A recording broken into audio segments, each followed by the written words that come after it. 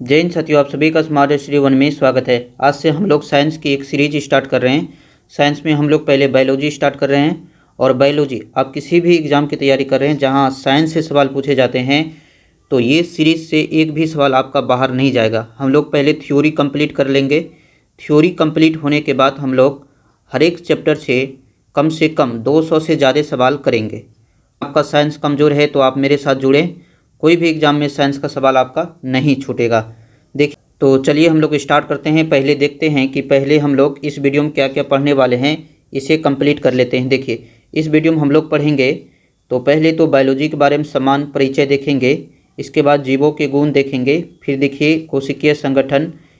तो पहले देख लीजिए क्या क्या पढ़ने वाले हैं। फिर पादप और जंतु में अंतर देखेंगे, पूरा डिटेल में देखेंगे। अगर आप इससे भी और डिटेल चाहते हैं तो ज़रूर बताइएगा, हम लोग तब इससे और डिटेल में चर्चा करेंगे। फिर देखेंगे जीवों का द्विनाम पद्धति जो कि लिनियस के द्वारा दिया गया था। फिर आगे बढ़ेंगे तो इसके जो पादप जगत है, मोनेरा, प्रोटिस्टा, कवक, पादप जंतु, ये पांचों जगत पर चर्चा करेंगे पूरा डिटेल में। और फिर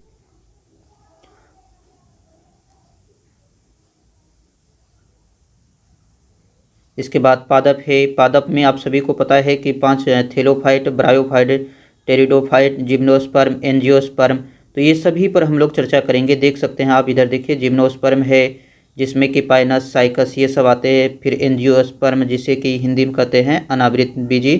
फिर जंतु पर चर्चा करेंगे।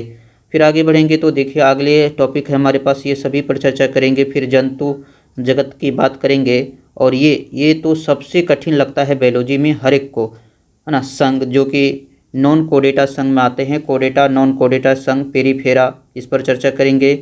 सिलेंटेटा या निडेरिया, इस पर चर्चा करेंगे हम लोग। आप देख सकते हैं मैप के साथ है। टीनोफोरा पर चर्चा करेंगे। और अगले है प्लेटीहेल्मिन्थीज, प्लेटीहेल्मिन्थीज पर चर्चा करेंगे। फिर निमेटोडा या एस्केल्मेंथीज जिसे बोलते हैं, इस पर भी चर्चा करेंगे। फिर एनेलिडा देखेंगे। तो ये सारे आज का टॉपिक है हमारा। ऑर्थोपोडा भी देखेंगे, तो ये आप लोग फास्ट में देख लीजिए। तो आज की वीडियो में हम लोग ये सारे कवर करने वाले हैं। इसके बाद ये सब देख सकते हैं, ये सब भी कवर करेंगे।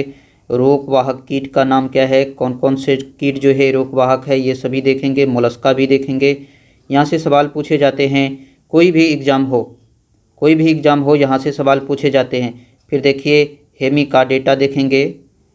ये सारे देखिए बहुत ही इम्पोर्टेंट है ये टॉपिक, यहाँ से सवाल हर एक एग्ज़ाम में पूछा जाता है। आप पूरा डिटेल में कवर करें। अभी हाल फिलहाल में जो बिहार एसआई का एग्ज़ाम हुआ था, आप सभी को पता है कि किस लेवल का सवाल पूछा गया है, तो इसलिए अपना लेवल उठाइए, ऊपर उठाइए। सरीसृप के बारे में देखेंगे इसके बाद। तो इसके बाद पक्षी वर्ग जो आते हैं, इसे कंप्लीट करेंगे हम लोग। और इतना ये जो है आज का टॉपिक है हमारा। तो चलिए हम लोग शुरू से स्टार्ट करते हैं पूरे कंप्लीट। तो आप लोग आराम से इसे पूरा करें। इसके बाद हम लोग ये अगर ख़त्म हो जाएगा तो इसके बाद इसके जो है हम लोग सवाल लगाएंगे, कम से कम 200 प्लस सवाल लगाएंगे इस चैप्टर से। चलिए हम लोग स्टार्ट करते हैं। आप किसी भी एग्ज़ाम की तैयारी कर रहे हैं, बिहार एसआई मेंस हो, बिहार पुलिस हो, फायरमैन हो, कोई भी एग्ज़ाम हो जहां साइंस पूछे जाते हैं, तो आप ज़रूर इस वीडियो को देखें। आपका साइंस में सारे सवाल सॉल्व हो जाएंगे यहाँ से। देखिए समान परिचय इंट्रोडक्शन देखते हैं। जीव विज्ञान, विज्ञान की वह शाखा है जिसके अंतर्गत समस्त जीवों अर्थात जीवधारियों का विस्तृत अध्ययन किया जाता है।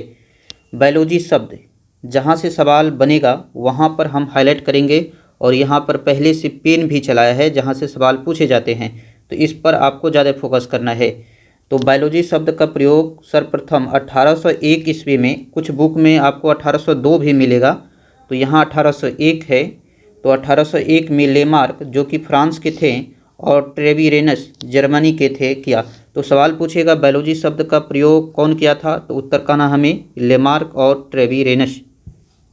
चलिए अगले है जीव विज्ञान को विज्ञान की एक शाखा के रूप में स्थापित करने के कारण अरस्तु को जीव विज्ञान का जनक कहते हैं।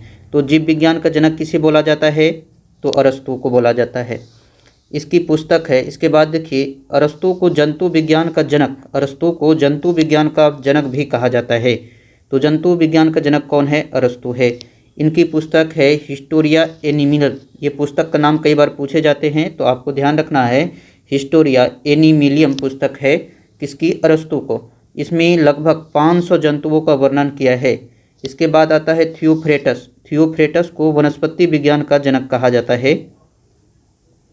ये आपको याद रखना है कि थियोफ्रेटस को वनस्पति विज्ञान का जनक कहा जाता है। और इनके पुस्तक का नाम है हिस्टोरिया प्लांटेरम। ये आप ध्यान रखिए, इसका पुस्तक जो है हिस्टोरिया प्लांटेरम इसकी पुस्तक है। अगले देखिए, सजीवों के गुण। सजीव के क्या क्या गुण हो सकते हैं? तो सजीव स्वयं की प्रकृति बनाने वाले, स्वयं विकसित होने वाले एवं स्वयं विनिमय करने वाले संवादात्मक तंत्र होते हैं, जो बाह्य उद्दीपन के प्रति प्रतिक्रिया दिखाने में सक्षम होते हैं। तो ये सब जो आपको एक थ्योरी टाइप पर ध्यान रखना है। इसके क्या लक्षण होते हैं? यहाँ से सवाल तो नहीं बनते हैं। अगर दुर्भाग्यवश से यहाँ से सवाल बनेंगे तो वो कथन टाइप के सवाल बनेंगे, तो आप बिल्कुल ही सॉल्व कर पाएंगे, इसे पढ़ लिए हैं। अगले देखिए, इसमें क्या क्या है? कोशिकीय संगठन। कोशिकीय संगठन तो सभी जीवों का रचनात्मक एवं क्रियात्मक इकाई कोशिका कोशिका होती है। ये आप सभी को पता है। कोशिका को इंग्लिश में सेल बोलते हैं। यह जीवों की एक निर्धारित लक्षण भी है। तो कोशिका जो है, कोशिकीय संगठन जीवों की एक निर्धारित लक्षण भी है। अगले है उपापचय। उपापचय मेटाबॉलिज्म में, तो जीवन को पूर्ण करने के लिए सजीवों में होने वाली सभी जैव रासायनिक क्रिया को सम्मिलित रूप से उपापचय कहते हैं। ये 2 प्रकार की होती है। उपापचय 2 प्रकार के होते हैं, एक अपचयन कहेंगे, एक उपचयन, एनाबॉलिज्म, केटाबॉलिज्म। तो चलिए देखते हैं एनाबॉलिज्म क्या है। एनाबॉलिज्म में जो हिंदी में कहेंगे उपचयन, तो इस प्रक्रिया द्वारा जीवों के शरीर में सरल अणु से जटिल अणु का निर्माण होता है। उपचयन उपचयन कैसी प्रक्रिया है? तो इसमें एक सरल अणु से जो है जटिल अणु का निर्माण होता है। जैसे ग्रोथ, जो वृद्धि होता है, वृद्धि में क्या होता है? सरल अणु एक साथ जुड़ते हैं और एक जटिल अणु बनते हैं, तो इसे बोलते हैं उपचयन। जस्ट इसके उल्टा होता है अपचयन। अपचयन में जो है इसका विपरीत होता है।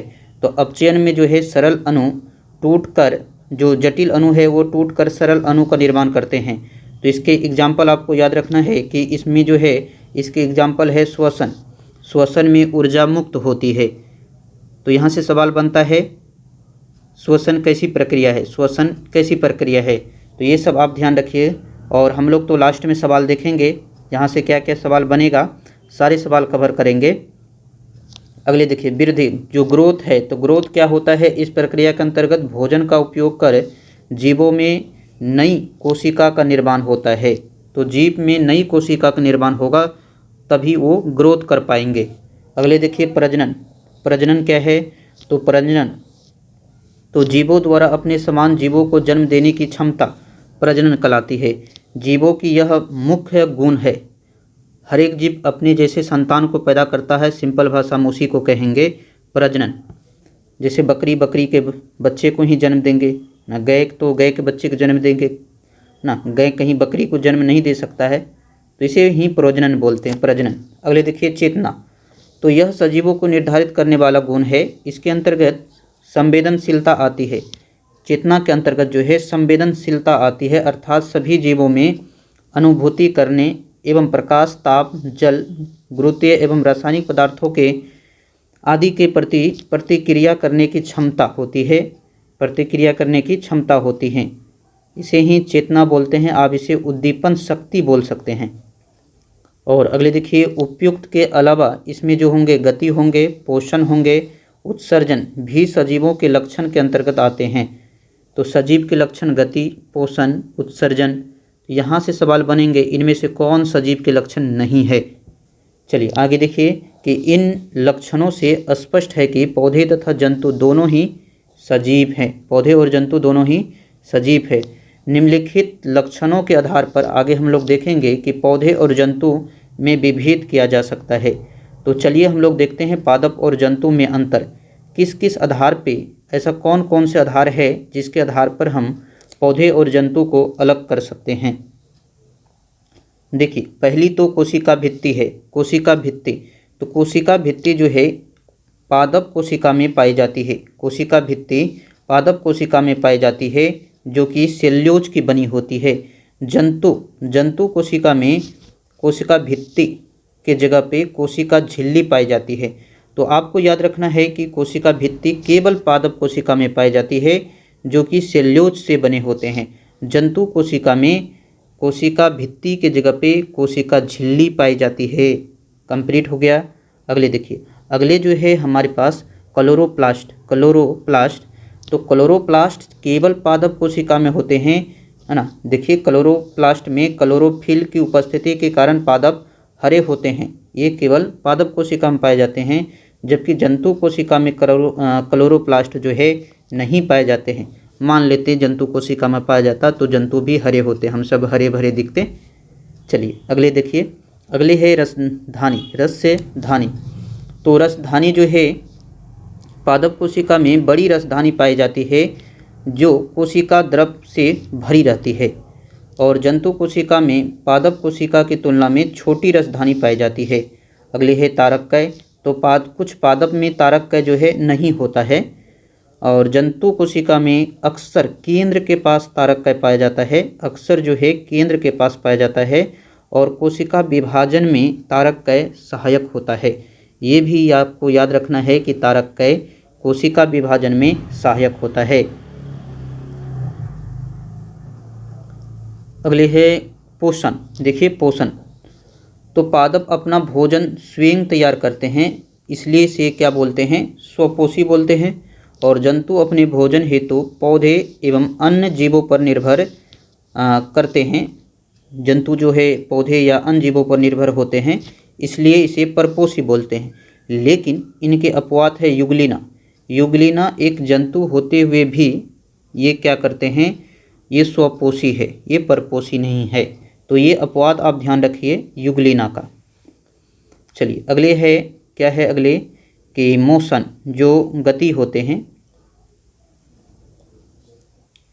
देखिए गति, तो मृदा में स्थिर होते हैं, पादप क्या होते हैं, मिट्टी में स्थिर होते हैं, लेकिन इनके अपवाद भी है। जैसे शैवाल जो है पादप होते हुए ये मिट्टी में स्थिर नहीं रहते हैं, ये पानी में होते हैं, तो ये स्थिर नहीं होते हैं, ये गति करते रहते हैं, लेकिन इसके पत्ती और कली में हल्का संचार होता है। अगले देखिए जंतु जो है भोजन हेतु गति करते हैं, जंतु भोजन के लिए गति करते हैं, लेकिन इसके अपवाद है कोरल और स्पंज। कोरल और स्पंज जो कि एक जंतु है, लेकिन ये गति नहीं करता। अद्भुत है ना। आप पहले शायद बहुत सारे भाई हैं जो पहले सुन रहे हैं, कोरल और स्पंज एक जंतु है, जंतु के सीरीज में से रखते हैं, लेकिन ये गति नहीं करते। दुनिया के सारे जंतु जो भी है वो अपना क्या करते हैं, गति करते हैं, लेकिन कोरल और स्पंज गति नहीं करते हैं, इसको आपको ध्यान रखना है। चलिए अगले है वृद्धि। देखिए जड़ों एवं तनों के शीर्ष पर पाए जाने वाले विभाज्योतक के कारण पादप पूरे जीवन काल में वृद्धि करते हैं, जबकि जंतु में वृद्धि निश्चित आयु तक होती है। जंतु में वृद्धि निश्चित आयु तक होती है, अपने आप को देख सकते हैं आप। अगले देखिए उत्सर्जन है। तो पादप में जो पादप, ये वाले पार्ट जो पादप है ना, इधर जंतु है, तो पादपों में विकसित उत्सर्जित तंत्र का अभाव होता है। उत्सर्जित तंत्र पादप में विकसित नहीं होता है, और ये हानिकारक उत्पाद जैसे कि तेल, गोंद आदि का स्राव करते हैं, जो इनके शरीर में संचित होता है। लेकिन जंतु में देखिएगा तो ये विकसित उत्सर्जित तंत्र की सहायता से अमोनिया, यूरिया, यूरिक अम्ल आदि का जो है अपशिष्ट पदार्थों को उत्सर्जन करते हैं। तो उत्सर्जित पदार्थ कौन कौन है मानव शरीर में, अमोनिया, यूरिया, यूरिक अम्ल, ये सब जो है बाहर निकलते हैं। जैसे कि आप सभी को पता है कि मूत्र के रूप में यूरिया भी बाहर निकलते हैं, बाद में वो जो है अमोनिया में चेंज हो जाते हैं। अगले देखिए अनुक्रिया है।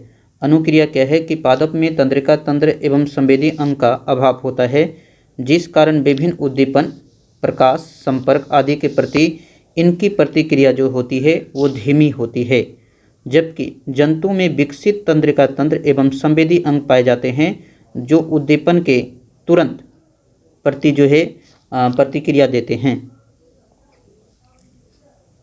जैसे मान सकते हैं आपके पैर में कांटा चुभा तो आप उसके प्रति जो है तुरंत प्रतिक्रिया देते हैं, तुरंत पैर है ना उठा लेते हैं। चलिए हमारे पास जीवों के नामकरण की द्विनाम पद्धति जो कि कार्ल लिनियस ने दिया था। जीवों के आधुनिक वर्गीकरण की शुरुआत कैरोलस लिनियस के द्विजगत सिद्धांत से होती है, जिन्होंने जीवों को जंतु जगत और पादप जगत में बांटा, इसलिए लिनियस को वर्गीकी का पिता कहते हैं। फादर ऑफ टेक्सोनॉमी किसे बोलते हैं? कार्ल लिनियस को कहते हैं। अगले देखिए, इन्होंने जो है 1753 में केरोलस लिनियस ने जीवों के नामकरण की द्विनाम पद्धति को प्रचलित किया और इसके अनुसार प्रत्येक जीवधारी का नाम लैटिन भाषा के 2 शब्द से मिलकर बना होता है। पहले शब्द है वो वंश के नाम से जानते हैं और दूसरे शब्द को जाति के नाम से जानते हैं। तो इसमें पहला शब्द को नाम देंगे वंश और दूसरे शब्द जो होते हैं जाति होते हैं। जैसे आप उदाहरण के लिए सोच सकते हैं कि मानव का वैज्ञानिक नाम जो है होमो सेपियंस है, तो इसमें होमो क्या है? इसमें होमो जो है एक वंश है और जो है जाति सेपियंस है, जिसकी एक जाति सेपियंस है। तो पहले शब्द क्या होंगे तो ये आपको याद रखना है, फिर दूसरे शब्द क्या होंगे ये आपको याद रखना है। अगले देखिए, जीव समुदाय के अध्ययन के लिए हमें जीवधारियों को कुछ समूह में वर्गीकृत करना पड़ता है ताकि हम समान गुण एवं समान जो संरचना वाले जीवों का अध्ययन एक साथ किया जा सके। इसके लिए क्या किया है कि बाद में एक और वैज्ञानिक आया था जिसका नाम था R.H. बेहिटकर के 5 जगत वर्गीकरण। तो सवाल पूछे जाते हैं 5 जगत वर्गीकरण किसने दिया है? तो आपको बताना है R.H. बेहिटकर ने दिया था और इसके जो है ये धारणा सबसे मान्य है। तो देखिए 5 जगत कौन थे? मोनेरा था, प्रोटिस्टा, कवक, पादप, जंतु। आगे हम लोग इन्हीं 5 पर डिटेल में चर्चा करेंगे। देखिए पहले है मोनेरा। तो मोनेरा क्या होता है? मोनेरा क्या होता है? तो आप लोग ध्यान से देखिए इसे, मोनेरा क्या होता है। चलिए देखिए, यह एक कोशिकीय प्रोकैरियोटिक जीव का समूह है। पहली बात आपको याद रखना है कि यह एक कोशिकीय प्रोकैरियोटिक जीव का समूह है, अर्थात इसमें न तो कोशिकीय संगठन होता है न ही विकसित कोशिकांग होते हैं। इसमें केंद्रिका झिल्ली का अभाव होता है। इसमें कुछ ना इनमें से जो है कुछ में कोशिका भित्ति पाई जाती है तथा कुछ में नहीं पाई जाती है। पोषण के स्तर पर यह स्वपोषी, रसायन संश्लेषी या प्रकाश संश्लेषी अथवा आप विषमपोषी भी बोल सकते हैं। विषमपोषी, मृतजीवी या परजीवी दोनों हो सकते हैं। और इसके उदाहरण यहाँ पर सबसे मोस्ट इम्पोर्टेंट है इसका उदाहरण। तो इसका उदाहरण कौन कौन है? जीवाणु मोनेरा संघ में आता है। इसके बाद देखिए नीलहरित शैवाल या साइनोबैक्टीरिया और माइकोप्लाज्मा। तो मोनेरा में कौन है? जीवाणु है, नीलहरित शैवाल है, साइनोबैक्टीरिया या और क्या है? माइकोप्लाज्मा। तो इतना आपको याद रखना है, जीवाणु, नीलहरित शैवाल, साइनोबैक्टीरिया और यहाँ पर आर्कीबैक्टीरिया बोल सकते हैं और इसके साथ जो है माइकोप्लाज्मा है। अगले है प्रोटिस्टा। प्रोटिस्टा को देखिए, तो इसमें एक कोशिकीय यूकैरियोटिक जीव आते हैं। हालांकि कभी कभी ये बहुकोशिकीय भी हो सकते हैं। केल्प या समुद्री घास इसके उदाहरण है। प्रोटिस्टा जगत पादप, जंतु एवं कवक जगत के बीच कड़ी का कार्य करता है। इस वर्ग के कुछ जीवों में गमन करने के लिए सिलिया फ्लैजिला नामक संरचना भी पाई जाती है। कुछ में कोशिका भित्ति पाई जाती है। तो प्रोटिस्टा में जो है कुछ में कोशिका भित्ति पाई जाती है। आपको याद है ना, हम लोग पढ़े थे पादप में जो है कोशिका भित्ति होती है जबकि जंतु में कोशिका झिल्ली होती है। तो प्रोटिस्टा में कुछ में जो है कोशिका भित्ति पाई जाती है। इसमें केंद्रिका झिल्ली पाई जाती है और तथा ये जो है स्वपोषी और विषमपोषी दोनों की तरह होते हैं। इसके उदाहरण देखिए, एक कोशिकीय शैवाल, diatom, protozoa, Euglena, paramecium, chlorella, amoeba आदि इसी जगत के सदस्य हैं। तो आपको क्या क्या याद रखना है? आपको जो है ये सभी का नाम याद रखना है। अगर आप सिलेक्शन लेना चाहते हैं तो आप जो है ये सब याद रखिए। पहले ऐसे सवाल नहीं पूछे जाते हैं लेकिन अब ये सब सवाल पूछे जाते हैं और पूछे जाते हैं तो काफ़ी सारे स्टूडेंट जो है एग्ज़ाम में छोड़ के आते हैं। तो इसे आप ज़रूर ध्यान रखें कि एक कोशिकीय शैवाल, diatom, protozoa, Euglena, paramecium, chlorella, amoeba ये सब क्या है? प्रोटिस्टा है। और प्रोटिस्टा क्या है? एक कोशिकीय यूकैरियोटिक्स। मोनेरा क्या था? प्रोकैरियोटिक्स था, जबकि ये है यूकैरियोटिक्स। चलिए अगले देखते हैं। और यहाँ पर आपको ध्यान रखना है प्रोटोजोआ जो है, प्रोटोजोआ शब्द किसने दिया था? प्रोटोजोआ शब्द दिया था गोल्डफस ने प्रोटोजोआ शब्द दिया था। अगले है कवक। कवक, तो ये बहुकोशिकीय यूकेरियोटिक जीव होते हैं, विषमपोषी होते हैं, जो कि पोषण के लिए सड़े गले कार्बनिक पदार्थों पर निर्भर रहते हैं, अतः इन्हें आप मृत जीवी भी कह सकते हैं। इनमें से जो है कई अपने जीवन की एक विशेष अवस्था में बहुकोशिकीय क्षमता प्राप्त कर लेते हैं। इन कवकों में काइटिन नामक जटिल शकरा की बनी हुई कोशिका भित्ति, जो कि सेल्यूलोज अनुपस्थित होता है, इसमें पाई जाती है। तो कवक कौन कौन है? ईस्ट, पेनिसिलिन, मशरूम जो है ये कवक हैं। अगले है सूक्ष्म जीव। देखिए सूक्ष्म जीव, तो संरचना के आधार पर सूक्ष्म जीवों का वर्गीकरण देखेंगे। सब सेलुलर किसे बोलेंगे? तो इस प्रकार की संरचना में डीएनए या आरएनए एक प्रोटीन द्वारा घिरा रहता है, जैसे विषाणु जो वायरस होता है, ये इसके अच्छे उदाहरण हैं। तो विषाणु सूक्ष्म आकार के होते हैं, परंतु ये अपना पोषण स्वयं नहीं करता है। ये बात आपको याद रखना है, विषाणु अपना पोषण खुद से नहीं करता है, इसके लिए उन्हें मेजबान की आवश्यकता होती है। ये जीवाणु पौधे तथा जीवों के में जो है गुणन कर वृद्धि कर सकते हैं। इन्हें निर्जीव एवं सजीव के बीच की कड़ी कहा जाता है। तो विषाणु को क्या बोलते हैं? निर्जीव और सजीव के बीच की कड़ी का काम करते हैं विषाणु। तो विषाणु की खोज किसने किया था? तो इवानोविस्की ने 1892 में तंबाकू के मोजेक रोग के दौरान इसकी खोज की थी। तो आपको याद रखना है, विषाणु की खोज 1892 में हुआ था। किसने किया? इवानोविस्की ने किया था।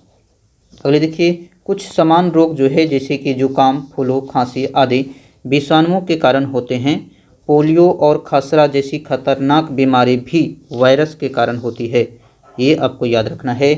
और अगले है प्रोकैरियोटिक्स। हम लोग जो पढ़ रहे थे प्रोकैरियोटिक्स, मोनेरा प्रोकैरियोटिक्स है। तो ये क्या होता है प्रोकैरियोटिक्स और यूकैरियोटिक्स, इस पर चर्चा करेंगे। देखिए, अगर आप इससे भी डिटेल में चाहते हैं तो आप ज़रूर बताइएगा, हम इससे भी डिटेल में आपके लिए कंटेंट लाएंगे, तो आप ज़रूर बताइएगा। और आप प्रोकैरियोटिक्स, तो इनकी कोशिका संरचना साधारण होती है, इसमें केंद्रक एवं उपांग उपस्थित नहीं होते हैं, जैसे जीवाणु। तो जीवाणु एक प्रोकैरियोटिक्स है। यह प्रोकैरियोटिक्स एक कोशिकीय सरल जीव होते हैं। ये मोनेरा जगत के अंतर्गत वर्गीकृत किए जाते हैं। कुछ बैक्टीरिया जैसे कि नोस्टॉक एनाबिना पर्यावरण के नाइट्रोजन का स्थिरीकरण करते हैं। ये नाइट्रोजन, फास्फोरस, आयरन एवं सल्फर जैसे पोषकों के पुनर्चक्रण में महत्वपूर्ण भूमिका निभाते हैं। अगले है यूकैरियोटिक्स। जो यूकैरियोटिक्स होती है, इसकी कोशिका संरचना जटिल होती है, जिसमें केंद्रक एवं विशेषकृत उपांग उपस्थित होते हैं, जैसे प्रोटोजोआ, कवक, शैवाल। ये क्या है? यूकैरियोटिक्स है। अधिकांश कवक परपोषित मृतजीवी होती है। इसमें जनन कायिक खंडन, विखंडन तथा मुकुलन द्वारा होता है। इनका उपयोग ब्रेड और बियर इत्यादि बनाने में किया जाता है। तो कवक का उपयोग ब्रेड, बियर बनाने में करते हैं। कुछ कवक मानव स्वास्थ्य के लिए हानिकारक होते हैं, जैसे कि आप देख सकते हैं गंजापन, दम्मा एवं दांत खाज का कारक जो है वो कौन है? कवक। कवक के कारण ही गंजापन, दम्मा, दांत खाज बीमारी फैलता है। इसके अलावा फसलों की कई रोग जो है कवक के कारण होते हैं, जैसे कि गेहूं का रस्ट रोग, खमीर एवं मशरूम भी कवक है। तो ये खमीर और मशरूम जो है कवक है। गेहूं में जो रस्ट रोग होते हैं वो कवक के कारण होता है। और देखिए, सभी प्रोटोजोआ परपोषी होते हैं और पराय परजीवी के रूप में अन्य जीवों पर निर्भर रहते हैं। ट्रिपेनोसोमा नामक निंद्रा रोग का कारण भी क्या है? प्रोटोजोआ है।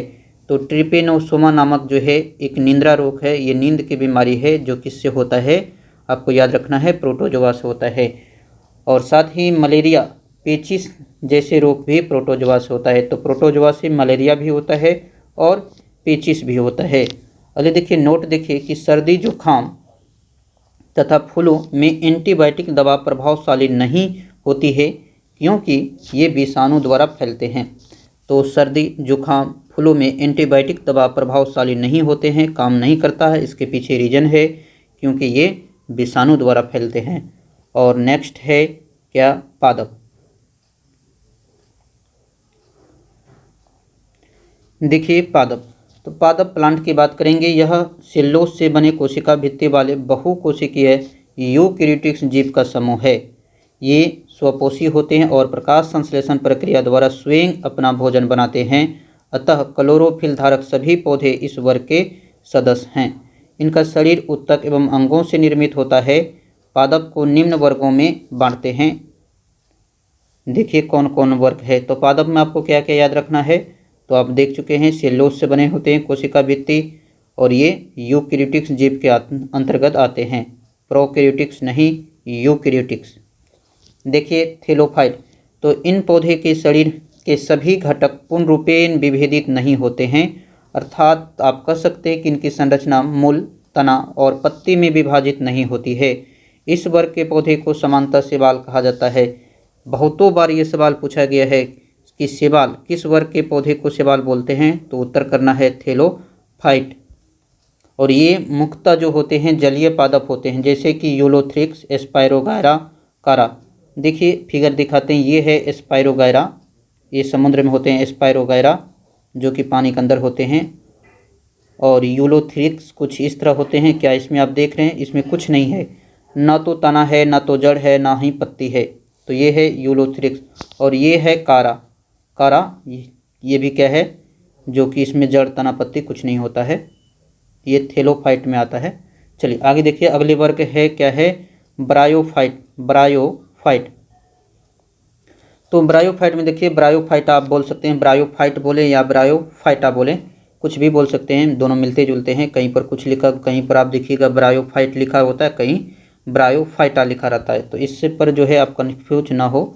देखिए इस वर्ग के पौधे में जल एवं अन्य चीज़ों का शरीर के एक भाग से दूसरे भाग में संवहन के लिए विशिष्ट संवहनी उत्तक नहीं पाए जाते हैं।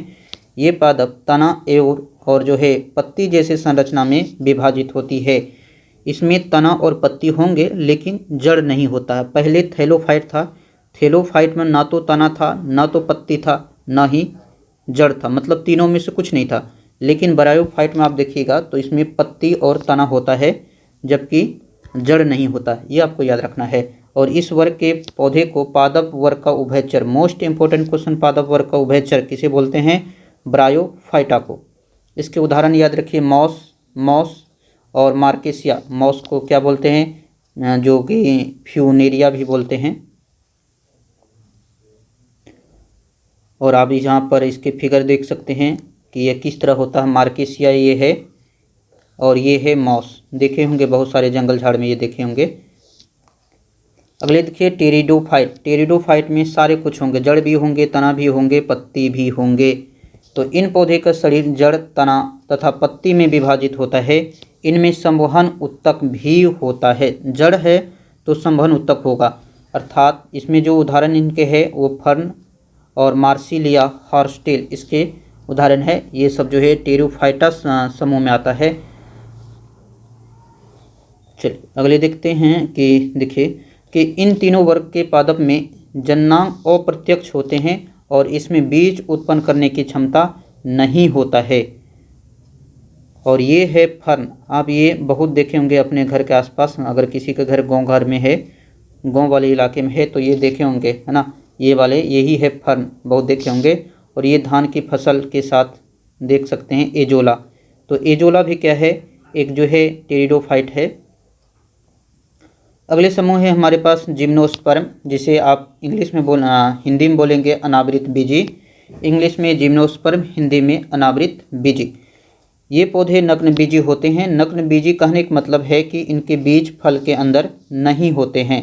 ये पौधे बहुवर्षीय, सदाबहार और काष्ठीय होते हैं, जैसे कि आप पाइनस और साइकस। तो पाइनस और साइकस क्या है, एक जिम्नोस्पर्म है, जिम्नोस्पर्म के वर्ग के अंतर्गत आते हैं। तो यहाँ पर देखिए इसे भी आप देखे होंगे, है ना, पाइनस और जो साइकस है इसे जरूर देखे होंगे आप। अगले देखिए, अगले है आवृत बीजी, और इसे क्या कहेंगे, एंजियोस्पर्म। एंजियोस्पर्म हिंदी में कहेंगे आवृत बीजी। तो इन पौधे के बीज फल के अंदर बंद रहता है, बीज जो होंगे फल के अंदर बंद रहते हैं। इनके बीजों का विकास अंडाशय के अंदर होता है, जो बाद में फल बन जाता है। इन्हें पुष्पी पादप भी कहा जाता है। तो सवाल पूछे जाते हैं कि पुष्पी पादप किसे कहते हैं, तो उत्तर करना है आपको कि एंजियोस्पर्म। नेक्स्ट है कि बीज पत्रों की संख्या के आधार पर एंजियोस्पर्म वर्ग को दो भाग में बांटा जाता है। एक बीजपत्री जिसमें एक बीज होता है उसे बोलेंगे एक बीजपत्री, और एक होता है द्विबीजपत्री जिसमें 2 बीज पत्र होते हैं। तो यहाँ तक जो है पादप जगत कंप्लीट हो गया है। हम लोग पढ़ चुके हैं थेलोफाइट, और इसके बाद ब्रायोफाइटा, फिर जो है टेरिडोफाइटा, फिर जिम्नोस्पर्म और फिर एंजियोस्पर्म। ये पांचों जगत के बारे में हम लोग पढ़ चुके हैं। अगले है हम लोग देखेंगे जंतु के बारे में। देखिए हमारे पास जंतु, तो ये यूकैरियोटिक्स बहुकोशिकीय विषम पोषी प्राणियों का वर्ग है जो कोशिका भित्ति रहित कोशिका से बना होता है। इसमें कोशिका भित्ति नहीं होता है, सिर्फ पादप कोशिका में कोशिका भित्ति होता है। ये बात आपको याद रखना है। अगले है प्राणियों की संरचना एवं आकार में भिन्नता होते हुए भी इनकी कोशिका व्यवस्था, शारीरिक समिति, पाचन तंत्र, परिसंचरण तंत्र एवं जनन तंत्र की संरचना में कुछ आधारभूत समता पाई जाती है। इन्हीं विशेषताओं के आधार पर जो है हम लोग इसको अलग अलग वर्ग में बांटेंगे। चलिए देखिए संगठन के स्तर, तो संगठन के स्तर पर देखेंगे, फिर समिति पर देखेंगे। संगठन, समिति, द्विकोरिकी, त्रिकोरिकी संगठन के अंतर्गत कौन कौन जीव आते हैं। शरीर की गुहा या प्रगुहा या सीलोम इसे बोलेंगे। खंडनकरण के आधार पर देखेंगे, खंडीकरण क्या होता है। पृष्ठ रज्जु, नोटोकोड जो है इस क्या होता है। तो ये सारे के आधार पर हम लोग जीवों का वर्गीकरण देखेंगे। गठन के स्तर, यद्यपि प्राणी जगत के सभी सदस्य बहुकोशिकीय है, परंतु सभी एक ही प्रकार की कोशिका के संगठन को प्रदर्शित नहीं करते हैं। ठीक, कुछ में कोशिकीय स्तर का संगठन दिखता है तो कुछ में उत्तक स्तर का संगठन दिखता है। प्लेटीहेल्मिन्थेस तथा अन्य उच्च संघों में अंग स्तर का संगठन दिखता है, जैसे कि आप देखेंगे एनालिडा, ऑर्थोपोडा, मोलस्का, इकाइनोडम, रज्जुकी में अंग स्तर जो है अंग मिलकर तंत्र के रूप में शारीरिक कार्य करते हैं, जिसे बोलते हैं अंग तंत्र के स्तर। अंग तंत्र का स्तर का संगठन कहा जाता है। इसमें कौन कौन आता है, एनेलिडा, ऑर्थोपोडा, मोलस्का, इकाइनोडम, रज्जुकी जो है ये है अंग तंत्र के स्तर होते हैं इसमें।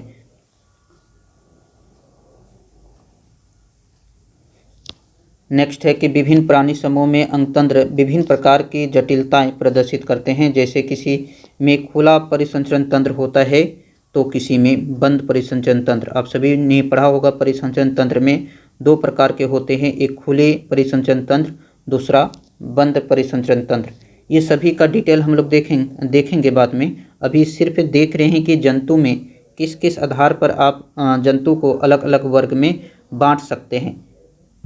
अगले है समिति, तो प्राणी को समिति के आधार पर भी श्रेणीबद्ध किया जा सकता है।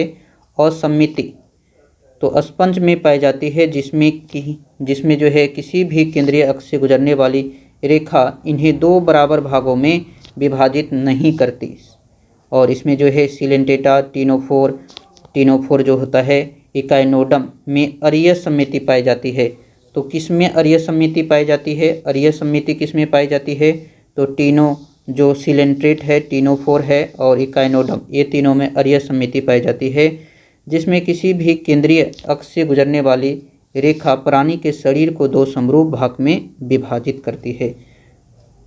तो ये 2 पार्ट में विभाजित करते हैं। अगले देखिए एनेलिड, ऑर्थोपोडा आदि में द्विपार्श्व समिति पाई जाती है। तो एनेलिड, ऑर्थोपोडा में जो है द्विपार्श्व समिति पाई जाती है, जिसमें एक ही अक्ष से गुजरने वाली रेखा द्वारा शरीर को जो है 2 समरूप भाग में विभाजित करते हैं, एक दाएं होंगे दूसरे बाएं होंगे। और नेक्स्ट है द्विकोरिकी या त्रिकोरिकी संगठन।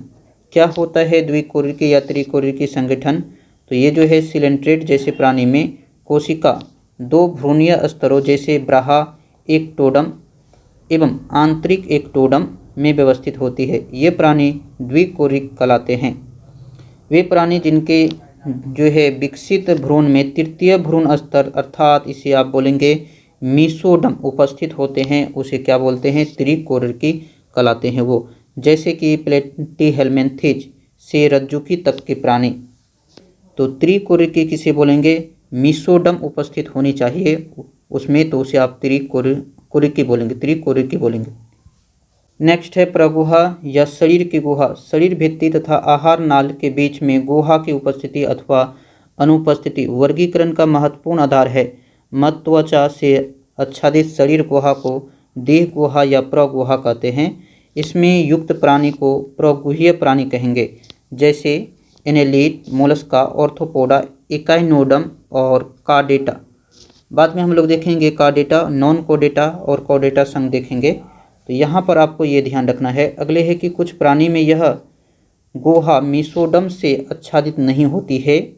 मीसोडर्म मतलब मध्य त्वचा, बाह्य त्वचा एवं अंतः त्वचा के बीच बिखरी हुई थैली के रूप में पाई जाती है। यह मीसोडर्म इसे बोलते हैं। ऐसे शरीर कूट गुहा एवं ऐसे प्राणी कूटगुह्य कहे जाते हैं। उदाहरण के लिए आप बोल सकते हैं स्केलमेंथिज। जिन प्राणियों के में शरीर गुहा नहीं पाई जाती है उन्हें ओहगुह्य कहते हैं, जैसे प्लेटीहेल्मिन्थिज। और नेक्स्ट है खंडीकरण। थोड़ा आप लोग का ये समझ में नहीं आता होगा तो इसे एक बार पढ़ ले, इस सारी का डिटेल चर्चा करेंगे ना तो वहाँ से आपका अच्छे से समझ में आएगा। तो इसे आप एक बार जरूर देख ले, इसके बाद ये खत्म हो रहा है और इस पर डिटेल चर्चा करेंगे तो आपका समझ में आएगा। अभी थोड़ा ये बोझ लगता होगा। खंडीकरण देखिए, तो कुछ प्राणियों में शरीर वह तथा आंतरिक रूप से श्रेणीबद्ध खंडों में विभाजित रहता है, जिसमें कुछ अंगों की पुनरावृत्ति होती है। इस प्रक्रिया को खंडीकरण कहते हैं। उदाहरण के लिए आप बोल सकते हैं केचुए का शरीर जो है एक खंडीकरण का उदाहरण है। तो सवाल पूछे जाएंगे इनमें से किसकी शरीर खंडीकरण का उदाहरण है, तो आप उत्तर करना क्या, केचुए का शरीर। पृष्ठ रज्जु मध्य त्वचा, जिसे मध्य त्वचा अब मीसोडर्म बोलेंगे, से उत्पन्न होती है, जो भ्रूण विकास के समय पृष्ठ सतह से बनी होती है। पृष्ठ रज्जु युक्त प्राणी को रज्जुकी तथा पृष्ठ रज्जु रहित प्राणी को अरज्जुकी कहते हैं। तो आपको याद रखना है रज्जुकी किसे बोलेंगे, तो पृष्ठ युक्त प्राणी को रज्जुकी और पृष्ठ रहित प्राणी को, जिसमें पृष्ठ रज्जु नहीं होता है, उसे अरज्जुकी कहेंगे। चलिए इसे हम लोग देखते हैं डिटेल में। तो यहाँ से सवाल बनता है कि जंतु जगत को पृष्ठ रज्जु की उपस्थिति के आधार पर दो भागों में बांटा जाता है। एक तो अरज्जुकी, इंग्लिश में नॉन कोडेटा बोलेंगे, एक होता है रज्जुकी, आप इसे इंग्लिश में क्या बोलेंगे, कोडेटा बोलेंगे। तो इसे आप देख लीजिए, यहाँ से सवाल बनता है अरज्जुकी, ये साइड अरज्जुकी है, इधर जो है क्या है, रज्जुकी है। तो देखिए अरज्जुकी में क्या है, नॉन कोडेटा में है कि इन जंतुओं के शरीर में नोटोकार्ड नहीं पाया जाता है। तो रज्जुकी में जो है, तो इन जंतुओं के जीवन चक्र की किसी न किसी अवस्था में नोटोकार्ड जरूर पाया जाता है। नेक्स्ट है कि अरज्जुकी में देखिए, इनमें केंद्रीय तंत्रिका तंत्र ठोस एवं दोहरा होता है, जो अधर तल में पाया जाता है। और इसका जो है रज्जुकी में जो है केंद्रीय तंत्रिका तंत्र खोखला और एकल होता है, जो पृष्ठीय रूप से पाया जाता है। और इसमें देखिएगा हृदय पृष्ठभाग में होता है, अगर उपस्थित होगा तब, नहीं है तो कोई बात नहीं, अगर है तो पृष्ठभाग में होगा। और इसमें रज्जुकी में जो है क्या है कि हृदय अधर भाग में होता है। और सभी कोडेटस जो है द्विपार्श्व समिति त्रिकोणिक और देह गुहा युक्त होते हैं, ये बात आपको याद रखना है। चलिए अगले है नॉन कोडेटा जो कि इसमें संघ कौन कौन आते हैं, तो ये देखिए, ये बायोलॉजी के सबसे खतरनाक टॉपिक है। ये टॉपिक सबको भारी लगता है, तो इसे आपको अच्छे से कवर करना है। और यहाँ से सवाल पूछे जाते हैं तो हर एक बच्चे गलत करके आता है, तो आप गलत मत करना। देखो नॉन कोडेटा, तो संघ जो है इसमें देखते हैं पेरीफेरा संघ। तो इस संघ के सदस्य समानतः स्पंज के नाम से जाने जाते हैं। आपने सुना होगा स्पंज, तो स्पंज किस संघ के अंतर्गत आता है, पेरीफेरा संघ के अंतर्गत आता है। अगले लाइन कि ये मुख्य रूप से जो है समुद्री होते हैं एवं ज़्यादातर असम्मिति होते हैं। अब देखिए, अभी इससे पहले हम लोग असम्मिति की चर्चा कर चुके थे ना, क्या होते हैं असम्मिति, तो आप समझ जाओ असम्मिति क्या होते हैं। ये आरंभिक बहुकोशिकीय जंतु हैं, इनका शारीरिक संगठन कोशिकीय स्तर का होता है। तो पेरीफेरा संघ में जो भी जीव आते हैं उनका शारीरिक संगठन जो होते हैं कोशिकीय स्तर का होता है। आप यहाँ पर देख सकते हैं, ये जो है स्पंज जो कि साइकोन है, इसमें देखिए तो इसका जो है शरीर, पूरे शरीर में इसके छोटे छोटे छिद्र हैं और यहाँ से ऊपर में भी छिद्र है। तो यहाँ से सवाल पूछे जाते हैं, यहाँ पर देखिए कि इनका शरीर एक कठोर आवरण अथवा बराह कंकाल द्वारा आधार प्राप्त करता है, जो सुई जैसे नुकीले कांटे या स्पंजीन फाइबर से बना होता है। और इनके पूरे शरीर में अनेक छिद्र होते हैं। इसका पूरे शरीर में जो है छोटे छोटे छिद्र होते हैं। इनके शरीर में जल तंत्र या केनाल सिस्टम पाया जाता है। जल महीन छिद्रों, जो महीन छिद्र होते हैं, इसे बोलते हैं ऑस्ट्रिया, के द्वारा शरीर के अंदर प्रवेश करता है। और बड़े छिद्र का नाम होता है ऑस्कुलम, द्वारा बाहर निकलता है। तो ये ऑस्ट्रिया और ऑस्कुलम क्या है, ये आप ध्यान से देखिए ये जो बड़े छिद्र आप ऊपर में देख रहे हैं, ये है ऑस्कुलम, इसे आप बोलेंगे ऑस्कुलम। और इसके जो है शरीर में इधर से, शायद आप समझ रहे होंगे, और इसमें जो है छोटे छोटे छिद्र है, तो इसे आप बोलेंगे क्या, ऑस्ट्रिया।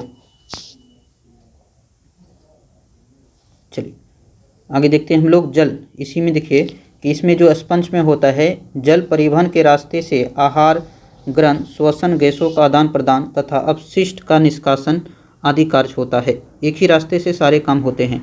तो कितने अजीब होंगे। इसके उदाहरण आपको याद रखना है कि पेरिफेरा में कौन कौन आता है, तो साइफा या साइकोन, इसके साथ जो है इसके बाद स्वच्छ जलीय स्पंज या स्पंजिला, बाथ स्पंज, यू स्पंजिया भी आते हैं। तो ये सभी आप याद रखिए कि पेरिफेरा में कौन कौन जंतु आते हैं। चलिए नेक्स्ट है सिलेंटेटा या निडेरिया। सिलेंटेटा या निडेरिया, तो यहीं से सवाल बन जाते हैं। सिलेंटेटा का दूसरा नाम क्या है, तो आप कहना कि निडेरिया। यहाँ से सवाल पूछा गया है एसएससी 2000 जो है एसएससी के द्वारा 2017 में पूछा गया था एसएससी सीजीएल में सवाल। तो आप यहाँ पर ध्यान रखिए कि सिलेंटेटा को क्या बोलते हैं, निडेरिया। तो इसमें देखिए कि इस संघ के सदस्य जलीय, अधिकांश जो होंगे समुद्री स्थानबद्ध या मुक्त रूप से तैरने वाले होते हैं। इसमें सम्मिति पाई जाती है, जिसमें कि क्या होते हैं, सम्मिति पाई जाती है। इसमें जो है पारसक एवं निडोप्लास्ट पाए जाते हैं, जो कि स्थिर रहने, रक्षा करने तथा शिकार पर जो कि पकड़ने में सहायक होते हैं। तो ये बात आपको इसमें याद रखना है। नेक्स्ट है कि इसमें उत्तक स्तर का शारीरिक संगठन पाया जाता है एवं ये द्विकोरिक होते हैं। द्विकोरिक कहने का मतलब है कि ये जो इनके शरीर दो आकार में विभाजित होंगे, और एक होंगे पोलिप, दूसरा जो है मेडूसा। पोलिप और मेडूसा में पाया जाता है। पोलिप क्या होता है, पोलिप एक स्थानबद्ध एवं बेलनाकार रूप है, जिसमें अंतर्गत जो है हाइड्रा, एमेडिसिया आते हैं। जबकि मेडूसा जो होते हैं तिरछीनुमा आकार के मुक्त रूप से तैरने वाले होते हैं, जिसके अंतर्गत अरेलिया, जेलीफिश आते हैं। चलिए आगे देखते हैं। तो ये आप जो है आप यहाँ से देख सकते हैं एनीमोन, सी एनीमोन, हाइड्रा, ये सब क्या है, निडेरिया है। और इसमें देखिए ये इसी में है कि कोरल आदि जाति समूह में रहती है, जबकि हाइड्रा एकांग रूप से रहते हैं। कोरल जो है वो एक जाति समूह में रहती है, जबकि हाइड्रा वो सिंगल ही रहते हैं। नेक्स्ट है कि देखिए अगले है क्या, जो इसी संघ में है कि एडेम्सिया, आप देखे होंगे अभी तुरंत देखें फिगर में ऊपर में, एडेम्सिया सी स्टोन की एक प्रजाति है। देख लीजिए फिर से, ये था सी स्टोन, ये है क्या, सी स्टोन है। तो एडेम्सिया जो है इसी का एक प्रजाति है, जो केकड़े के साथ सहजीवी संबंध दर्शाता है। तो सवाल पूछेगा इनमें से कौन केकड़े के साथ सहजीवी संबंध दर्शाता है, तो आप करना क्या, एडेम्सिया, ये सी स्टोन की एक प्रजाति है।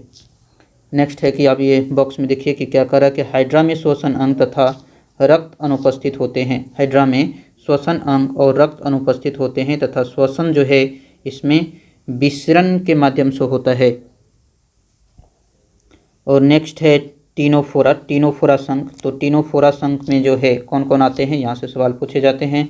तो ये देखिए समानता इन्हें समुद्री अखरोट या कोम्ब जेली कहते हैं। समुद्री अखरोट या कोम्ब जेली कहते हैं टीनोफोरा का। ये सभी समुद्रवासी अरीय समिति वाले द्विकोरिक जीव होते हैं तथा इनमें उत्तक श्रेणी का शारीरिक संगठन पाया जाता है।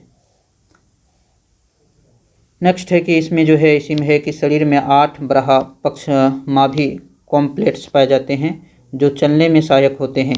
जीव द्विपति के द्वारा प्रकाश उत्सर्जन करना टीनोफोरा की जो है मुख्य विशेषता है। उदाहरण के लिए आप बोल सकते हैं कि इसमें क्या है, टीनोफोरा में कौन कौन आते हैं, प्लूरेबेक्रिया आते हैं, और इसमें जो है टीनोप्लाना आते हैं। तो ये दोनों जो है टीनोफोरा में है। टीनोफोरा के बाद है प्लेटीहेल्मिन्थीज। प्लेटीहेल्मिन्थीज में जो है क्या है कि इस संघ के प्राणी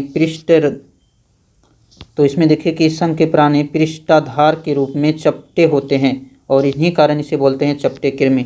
तो कई बार सवाल पूछा गया है कि चपटे कृमि किसे बोलते हैं, तो चपटे कृमि किसे बोलते हैं, प्लेटीहेल्मिन्थीज को चपटे कृमि कहा जाता है। तो आप यहाँ पर फिगर में देख सकते हैं जो है ये फीता कृमि है। तो इसी प्रकार जो होता है उनका शरीर जो है चपटे होते हैं, इन्हीं कारणों से प्लेटीहेल्मिन्थीज के जो है समूह को क्या बोलते हैं, चपटे कृमि बोलते हैं। ये फीता कृमि है। अस्थिर हो, चलिए आगे देखिए, थोड़ा दिक्कत हो जाता है इधर उधर करने में। देखिए इनका शरीर त्रिकोणीय के एवं द्विपार्श्वमिति होता है। इनमें अंग स्तर का शारीरिक संगठन पाई जाती है। तो इसमें जो है अंग स्तर का शारीरिक संगठन पाया जाता है और इनमें वास्तविक देहगुहा नहीं पाई जाती है। वास्तविक देहगुहा इसमें नहीं होते हैं। और इस समूह के अधिकांश प्राणी मनुष्य तथा अन्य प्राणियों के अंतर्गत परजीवी के रूप में पाए जाते हैं। इसमें अंकुश एवं चूषक पाए जाते हैं। विशिष्ट कोशिकाएं जैसे कि फ्लेम सेल प्रासरण एवं उत्सर्जन में सहायता करती है। तो फ्लेम सेल क्या करती है, प्रासरण और उत्सर्जन में सहायता करती है। और फ्लेनेरिया जो है जो कि पुनरुद्ध भवन की उच्च क्षमता पाई जाती है इसमें। तो सवाल पूछे जाएंगे निम्नलिखित में से किसमें उच्च क्षमता पाई जाती है, पुनरुद्ध भवन की उच्च क्षमता पाई जाती है, तो किसमें पाई जाती है, फ्लेनेरिया में। और इसमें जो प्लेटीहेल्मिन्थीज में कौन कौन आता है, टीनिया सोलियम आते हैं। आप इसे फीता कृमि कहना। फीता कृमि का दूसरा नाम क्या है, टीनिया सोलियम।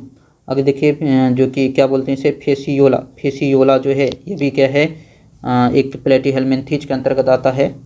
और नेक्स्ट ये चार्ट देखिए कि लीवर फूलों की यकृत कृमि भेड़ बकरी सुगर आदि के यकृत की पीत नलियों में पाए जाते हैं। पीत नली में पाए जाने वाला एक चपटा कृमि है, तो इसे आप जरूर ध्यान रखें। नेक्स्ट है निमेटोडा या इसे स्केल्मेंथीज बोलेंगे। निमेटोडा या आप किसी क्या बोलेंगे, ये कहाँ चल गया, एक सेकंड रुकिएगा, ये किधर से किधर भाग गया। थोड़ी दिक्कत हो जाता है, थोड़ा साधन की कमी है ना, तो आप लोग थोड़े मैनेज करें।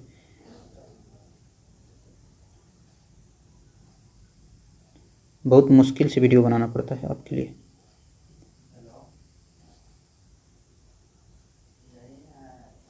देखिए तो थोड़े दिक्कत हो गया था, इसके लिए सॉरी। देखिए निमेटोडा या स्केल्मेंथीज, तो इन प्राणियों का शरीर जो है अनुप्रस्थ काट में गोलाकार होता है, अतः इसे क्या बोलेंगे आप, गोल कृमि कहना। तो गोल कृमि किसे बोलते हैं, निमेटोडा या स्केल्मेंथीज को गोल कृमि कहते हैं। इससे पहले क्या था, फीता कृमि था, है ना, चपटी कृमि थी, है ना। तो ये क्या होता है, मुक्त जीवी जलीय तथा स्थलीय अथवा पौधे तथा प्राणियों में जो है परजीवी के रूप में विकसित होते हैं।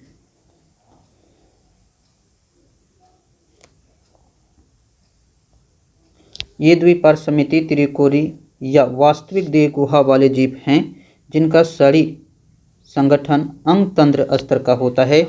उत्तक पाए जाते हैं परंतु असली अंक नहीं पाए जाते हैं। और आहार नाल पूर्ण होता है एवं उत्सर्जन नाल से विशिष्ट जो अपशिष्ट पदार्थों का उत्सर्जन रंध्र के माध्यम से बाहर निकलता है।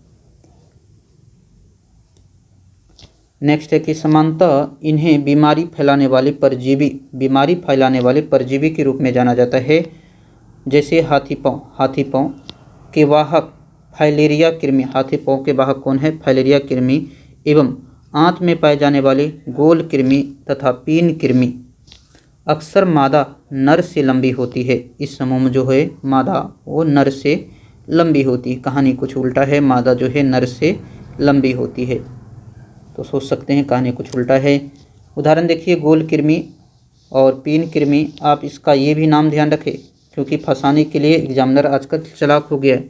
तो गोल कृमि को क्या बोलते हैं, एस्केरिस भी बोलते हैं। तो गोल कृमि, पीन कृमि, फाइलेरिया कृमि, हुकवर्म, अंकुश कृमि, ये सभी आप ध्यान रखें। अगले है एनेलिडा। इस संघ के प्राणी जलीय समुद्री एवं ताजे जल में होंगे अथवा स्थलीय, स्वतंत्र जीवी एवं कभी कभी परजीवी होते हैं।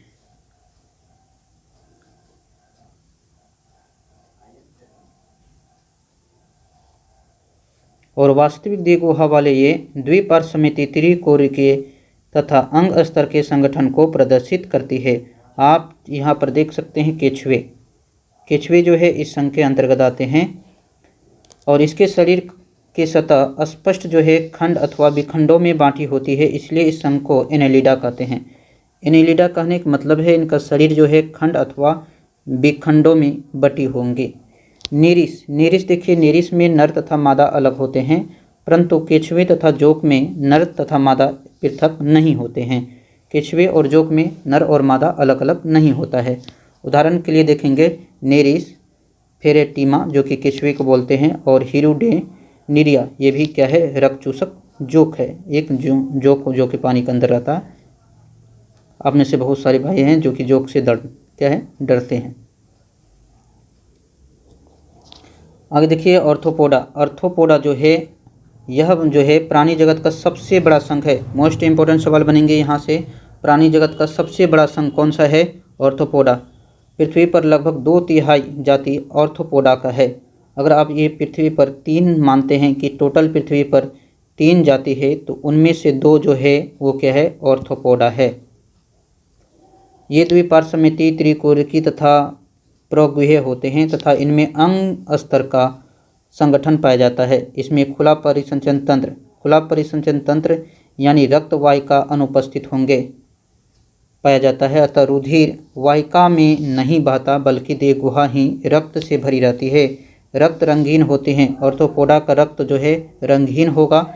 रक्त में हीमोग्लोबिन की अनुपस्थिति के कारण यह हीमोलिम्फ कहलाता है। तो अगर ब्लड में हीमोग्लोबिन नहीं है तो ऐसे ब्लड को क्या बोलेंगे? तो ऐसे ब्लड को क्या कहेंगे हम? हीमोलिम्फ कहेंगे। इनका शरीर बराह कंकाल काइटिन से निर्मित जो होते हैं से ढका रहता है और शरीर जो है सिर, वक्ष तथा उदर में विभाजित होते हैं। इनमें संधि युक्त पाद होते हैं, जैसे कि आप देखेंगे झींगा में जो है 19 जोड़े पाद होते हैं। ये खाने वाले झींगा नहीं है ना, ये खाने वाला झींगा ना समझे कोई सब्जी वाले। संवेदी अंग जैसे एंटीना, नेत्र में समान तथा संयुक्त स्टेटोसिस्ट या संतुलित अंग आदि पाए जाते हैं। नर एवं मादा पृथक होते हैं। ये अधिकांश अंडे देने वाले होते हैं, ये ज़्यादातर अंडे देते हैं। और मकड़ी देखिए, मकड़ी जो है स्पिनरेटस जो होते हैं और सिल्क बुनने वाला अंग होते हैं, जिसकी मदद से ये जाल बनाता है। मकड़ी आप देखें ना, जाल बनाता है। किसकी मदद से जाल बनाते हैं? तो ये सवाल पूछे जाते हैं, आप ध्यान रखना, इसकी मदद से ये जाल बनाते हैं। नेक्स्ट है तिलचट्टा। तो तिलचट्टे में देखिए हृदय 13 चैम्बर का होता है और सबसे मोस्ट बात कि इसमें जो है ये अल्ट्रासोनिक साउंड को उत्पन्न करता है। और सिल्वर फिश या रजत मीनाक्ष एक क्या है? पंखहीन कीट है। सिल्वर फिश रजत मीनाफ क्या है? पंखहीन कीट है।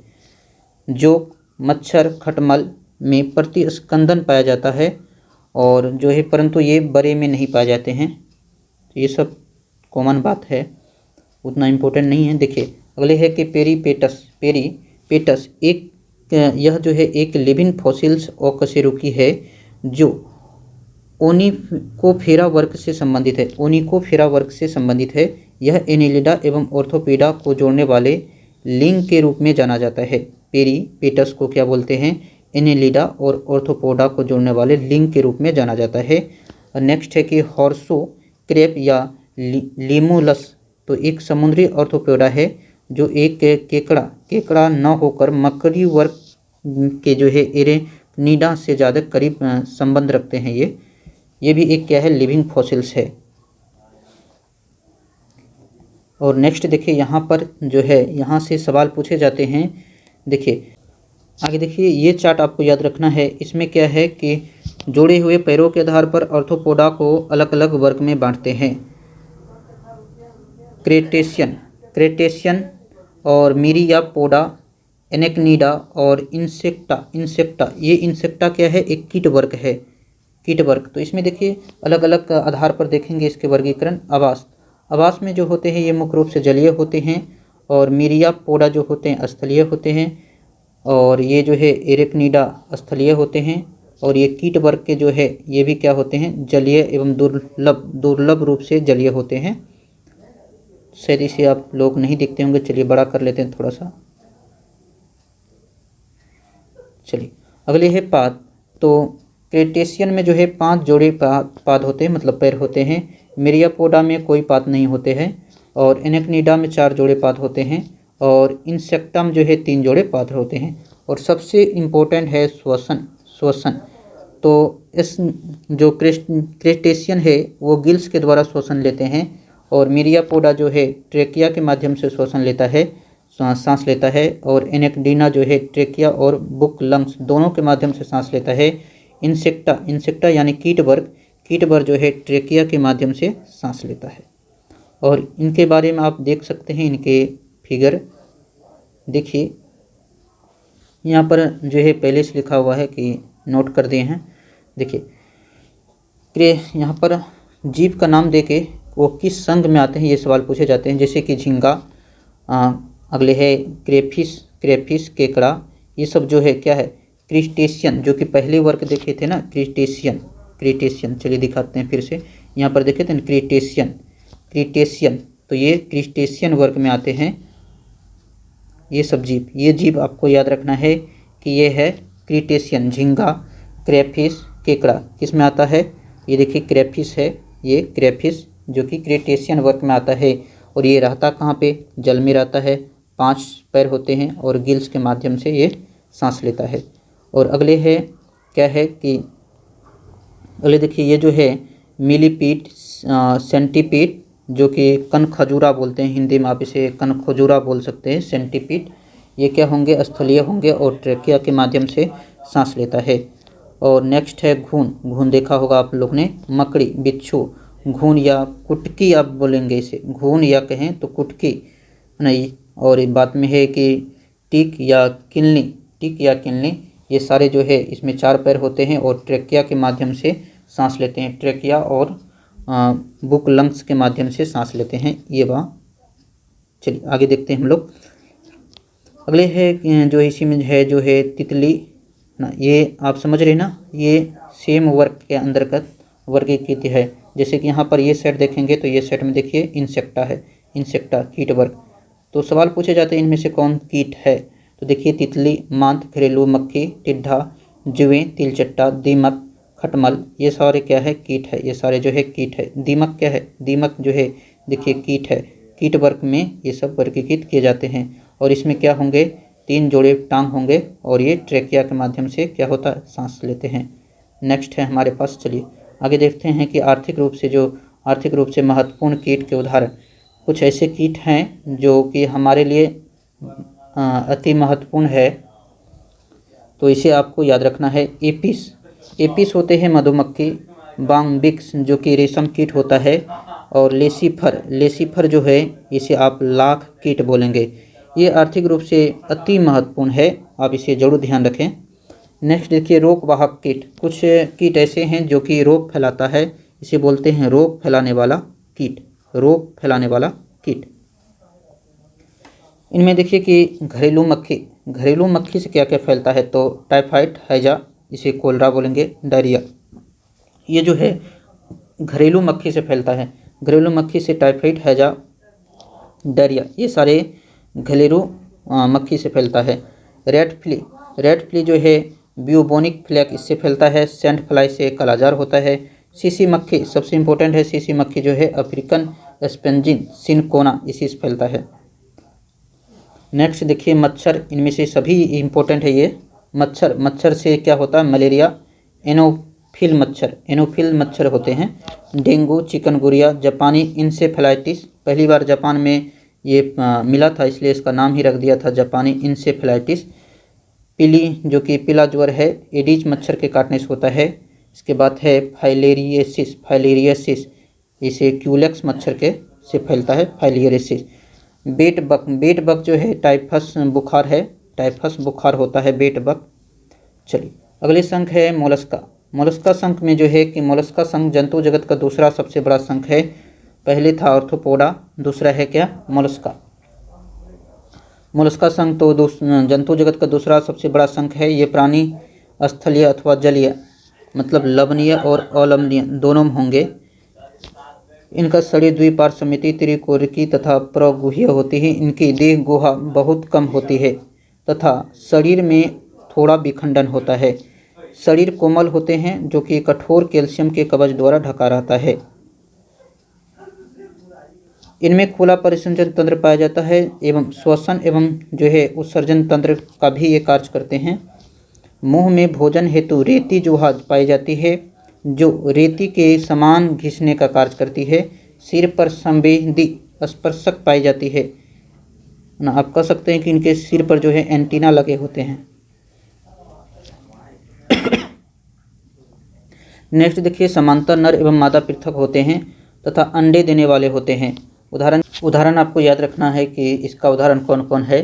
पाइला या सेब, घेंघा, पिंगटाडा या इसे ओएस्टर बोलेंगे, सिपिया, लोगिलो, ऑक्टोपस, एप्लिसिया और इसके बाद जो है डेंटेलियम है और कीटोप्यूरा है।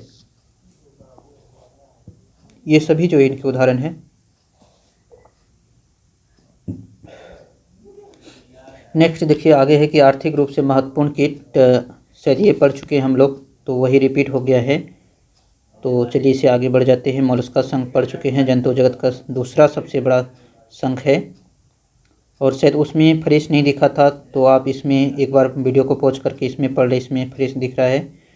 चलिए इनके उदाहरण यहाँ पर देख सकते हैं। फिगर में ऑक्टोपस है, घेंघा है, ये है ऑक्टोपस जो कि कुछ स्टार की तरह दिख रहा है लेकिन ये स्टार है नहीं, ऑक्टोपस है घेंघा। और यहाँ पर ये है ओएस्टर, पल्स ओएस्टर है। चलिए अगले संघ है हमारे पास इकाइनोटमेटा। इकाइनोटमेटा तो क्या होता है इकाइनोटमेटा? इस संघ के प्राणी में कैल्शियम युक्त हड्डी से बना अंतःकंकाल पाया जाता है, इसलिए इसका नाम इकाइनोटमेटा। इकाइनोटमेटा कहने का मतलब है कि कांटे युक्त शरीर होंगे, इनके शरीर में जो होंगे कांटे होंगे। ये सभी समुद्री जीव है, इनमें अंग स्तर का संगठन पाया जाता है। ये त्रिकोणिकीय देह गुहा वाली प्राणी होते हैं। इनमें पाचन तंत्र पूर्ण होते हैं। पाचन तंत्र जो है इसका पूरी तरह से विकसित होता है एवं उत्सर्जन तंत्र का इसमें अभाव होता है।